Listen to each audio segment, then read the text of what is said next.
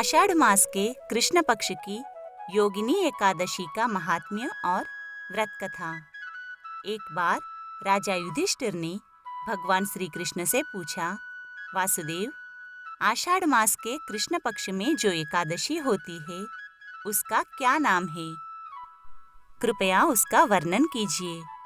तब भगवान श्री कृष्ण बोले, हे राजन, आषाढ़ मास के कृष्ण पक्ष की एकादशी का नाम योगिनी एकादशी है। ये बड़े बड़े पातकों का नाश करने वाली है।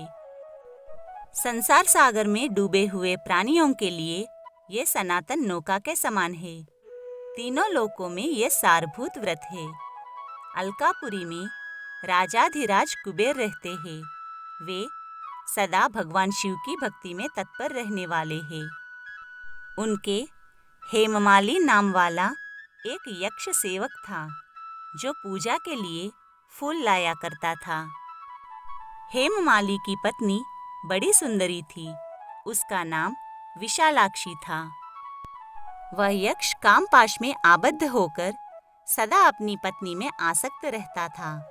एक दिन की बात है, हेममाली मानसरोवर से फूल लाकर अपने घर में ही ठहर गया और पत्नी के प्रेम का रसास्वादन करने लगा, अतः कुबेर के भवन में न जा सका। इधर कुबेर मंदिर में बैठकर शिव का पूजन कर रहे थे। उन्होंने दोपहर तक फूल आने की प्रतीक्षा की। जब पूजा का समय व्यतीत हो गया तो यक्ष राजा ने कुपित होकर सेवकों से पूछा, यक्षों, दुरात्मा हेममाली क्यों नहीं आ रहा है? इस बात का पता लगाओ। तब यक्षों ने कहा, राजन, वो तो पत्नी की कामना में आसक्त होकर अपनी इच्छा के अनुसार घर में ही रमन कर रहा है। उनकी बात सुनकर कुबेर क्रोध में भर गए और तुरंत ही हेममाली को बुलवाया। देर हुई जानकर हेममाली के नेत्र भय से व्याकुल हो रहे थे। वो आकर कुबेर के सामने खड़ा हुआ। उसे देखकर कुबेर की आंखें क्रोध से लाल हो गई। वे बोले, ओ पापी, ओ दुष्ट, ओ दुराचारी, तूने भगवान की अवहेलना की है, अतः कोढ़ से युक्त और अपनी उस प्रियतमा से वियुक्त होकर इस स्थान से भ्रष्ट होकर अन्यत्र चला जा। कुबेर के ऐसा कहने पर वह उस स्थान से नीचे गिर गया। उस समय उसके हृदय में महान दुख हो रहा था। कोढ़ों से सारा शरीर पीड़ित था, परंतु शिव पूजा के प्रभाव से उसकी स्मरण शक्ति लुप्त नहीं होती थी। पातक से दबा होने पर भी वो अपने पूर्व कर्म को याद रखता था। तदनंतर इधर उधर घूमता हुआ वो पर्वतों में श्रेष्ठ मेरुगिरी के शिखर पर गया। वहां उसे तपस्या के पुंज मुनिवर मार्कंडेय जी का दर्शन हुआ। पाप कर्मा यक्ष ने दूर से ही मुनि के चरणों में प्रणाम किया।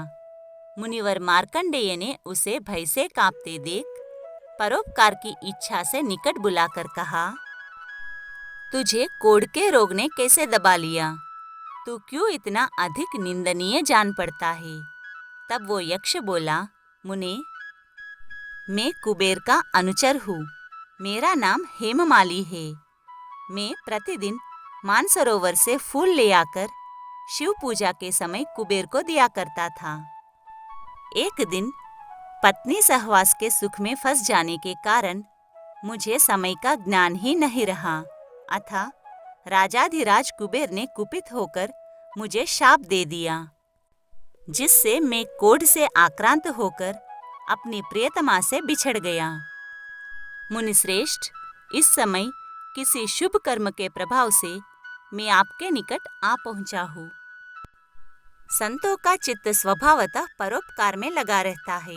ये जानकर मुझ अपराधी को कर्तव्य का उपदेश दीजिए। तब मार्कंडेय जी ने कहा, तुमने यहाँ सच्ची बात कही है, असत्य भाषण नहीं किया है, इसलिए मैं तुम्हें कल्याणप्रद व्रत का उपदेश करता हूँ। तुम आषाढ़ मास के कृष्ण पक्ष में योगिनी एकादशी का व्रत करो। इस व्रत के पुण्य से तुम्हारी कोढ़ निश्चय ही दूर हो जाएगी। ऋषि के ये वचन सुनकर हेममाली दंड की भांति मुनि के चरणों में पड़ गया। मुनि ने उसे उठाया, इससे उसको बड़ा हर्ष हुआ। मार्कंडेय जी के उपदेश से उसने योगिनी एकादशी का व्रत किया, जिससे उसके शरीर की कोढ़ दूर हो गई। मुनि के कथनानुसार उस उत्तम व्रत का अनुष्ठान करने पर वो पूर्ण सुखी हो गया। ये योगिनी का व्रत ऐसा ही बताया गया है। जो 88,000 ब्राह्मणों को भोजन कराता है, उसके समान ही फल उस मनुष्य को भी मिलता है जो योगिनी एकादशी का व्रत करता है। योगिनी एकादशी महान पापों को शांत करने वाली और महान पुण्य फल देने वाली है। इसके पढ़ने और सुनने से मनुष्य सब पापों से मुक्त हो जाता है।